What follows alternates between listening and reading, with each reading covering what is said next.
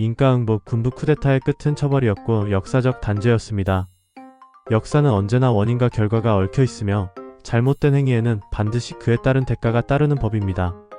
이를 설명하는 사자성어가 바로 인과응보입니다. 이는 원인을, 과는 결과를 의미하며 응보는 그에 대한 응당한 보답 또는 벌을 뜻합니다. 즉 선을 행하면 좋은 결과를, 악을 행하면 나쁜 결과를 받는다는 의미입니다. 대한민국의 현대사에서도 이 인과응보의 원칙을 극명하게 보여주는 사건이 있었죠. 바로 군부 쿠데타입니다. 군사력을 이용해 권력을 탈취했던 것은 잠시 성공하는 듯 했지만 결국 실패로 돌아갔으며 그 주역들은 역사와 국민 앞에 처벌받고 미흡하나마 단죄되었습니다. 좀 더 확실한 처벌이 아쉽긴 하지만요. 군부 쿠데타, 그 시작이 성공처럼 보였던 순간이 있었습니다. 대한민국은 군사정권을 거쳐 민주화로 나아가는 과정에서 몇 차례의 군부 쿠데타를 경험했습니다.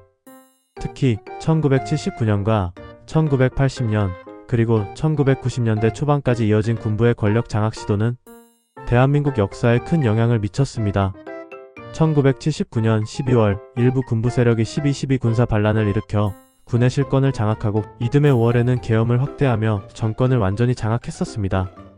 당시 군부는 무력을 이용해 정치적 반대 세력을 탄압했고 심지어 시민들에게도 총부리를 겨눴습니다. 자국민에게 총을 겨누는 행위는 절대 용서해선 안 될 범죄입니다. 이에 맞선 국민들은 거리로 나섰고 민주화를 위한 희생이 이어졌습니다. 군부의 통치는 반민주적이며 억압적이었습니다. 국민을 위한 정치가 아닌 자신들의 권력 유지에 집중했고 이는 결국 국민적 저항과 국제사회의 비판을 불러일으켰습니다. 결과적으로 실패로 돌아간 군부의 권력. 군부는 정권을 유지하는 데 성공한 듯 했지만 역사의 거대한 흐름을 거스를 수는 없었습니다.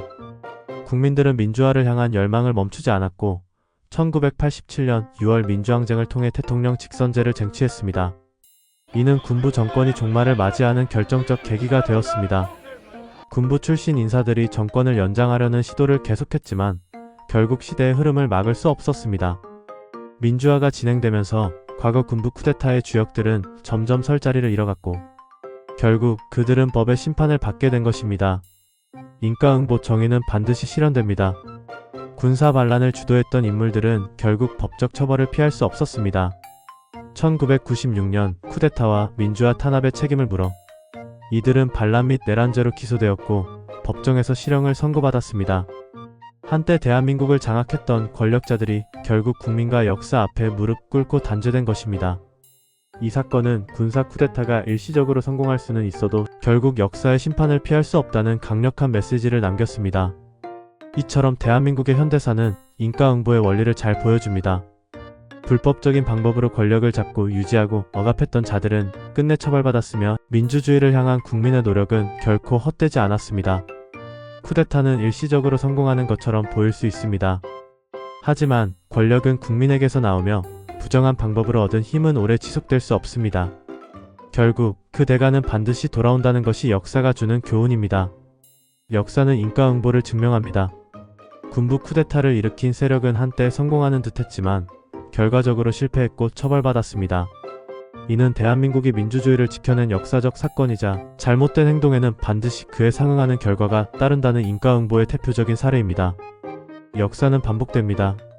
지금 이 순간에도 부정한 방법으로 권력을 탐하는 자들이 있다면 그들에게 대한민국의 역사는 강력한 경고를 보내고 있습니다. 인과응보는 반드시 실현됩니다. 시민 여러분 힘내십시오. 응원합니다.